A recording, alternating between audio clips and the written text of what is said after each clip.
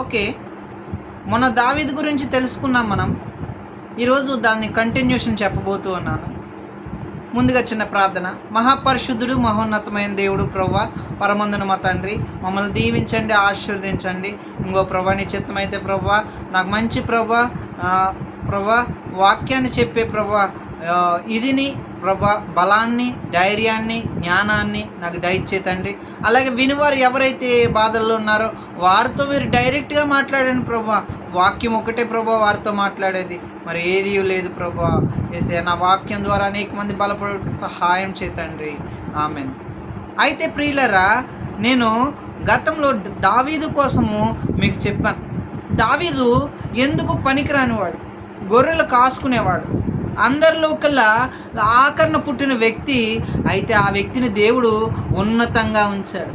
దేవుడు మనకి ఉన్నతమైన స్థితి ఇచ్చినప్పుడు దాన్ని మనం నిలబెట్టుకునే వారంగా ఉండాలి. అంతేకాని మనకి అన్నీ వచ్చాయి కదా అని దేవుని చిత్తానికి వ్యతిరేకంగా మనం ఏమీ చేయకూడదు. దానికి ముఖ్య ఉద్దేశం, మనం ఈ ప్రపంచం అనే సముద్రంలో ఉంటాం. కానీ ఈ సముద్రంలో అనేక రకరకాలమైనటువంటి జీవులు మనలాగే ఉంటాయి. కానీ వేటికి కూడా మనం లోపడకూడదు. అయితే మనం లోపడకుండా మన దేవుని చిత్తాన్ని ఎరిగినట్టయితే మనము బాగుంటాం. మనము ప్రత్యేకించబడిన వారం అనగా మనం ఎలా ప్రత్యేకించబడతామంటే, మహాసముద్రాల కంటే ముందు నదులు ఉంటాయి.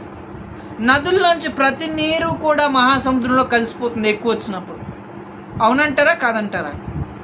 అయితే మహాసముద్రంలో కలిసిపోయినప్పుడు ఇక్కడ మనం ఈ జూన్ జూలై నెలల్లో వరదలు ఎక్కువగా ఉంటాయి.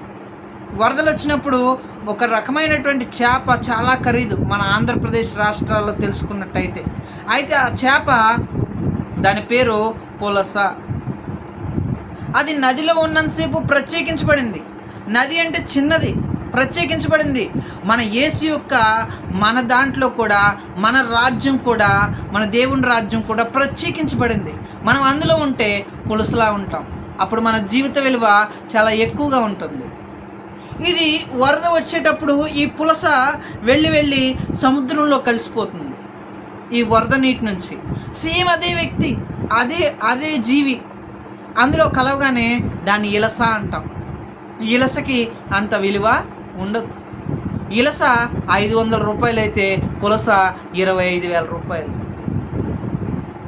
ఈ లోకంలో అందరిలాగే ఉన్నాను అనుకుంటున్నావేమో. నువ్వు ప్రత్యేకించబడిన వాడివి. నీ విలువ చాలా ఎక్కువైనది నా యేసయ్య దగ్గర. మీరు కూడా ప్రత్యేకించబడిన వారిలా ఉండాలి. అదే ఒకే జీవి బాప్తీసం పొందాలి. మనం ప్రత్యేకించబడాలి. దేవునిలో మనం ఘనంగా ఉండాలి. ఈ వాక్యము మీకు నచ్చినట్టయితే, మీ హృదయాల్ని తాకినట్టయితే, మీరు ప్రత్యేకించబడిన వారిలా ఉంటానంటే కళ్ళు మూసుకొని మీకోసం ప్రార్థిస్తాం. మా పరిశుద్ధుడా, ఎవరైతే విన్నారో వారిని దీవించండి, ఆశీర్వదించండి. వారు మంచిగా ప్రభువా నీలో ధ్యానించడానికి, ప్రత్యేకించబడిన వారిగా ఉండుటకు సహాయం చేయండి. మా ఈ చిన్న ప్రార్థన యేసుక్రీస్తు నామంలో నీ పాసనికి చేర్చుకోండి. అలాగే దావీదు గురించి మరీ విశ్లేషణగా రేపు కార్యక్రమంలో మనం చూద్దాం.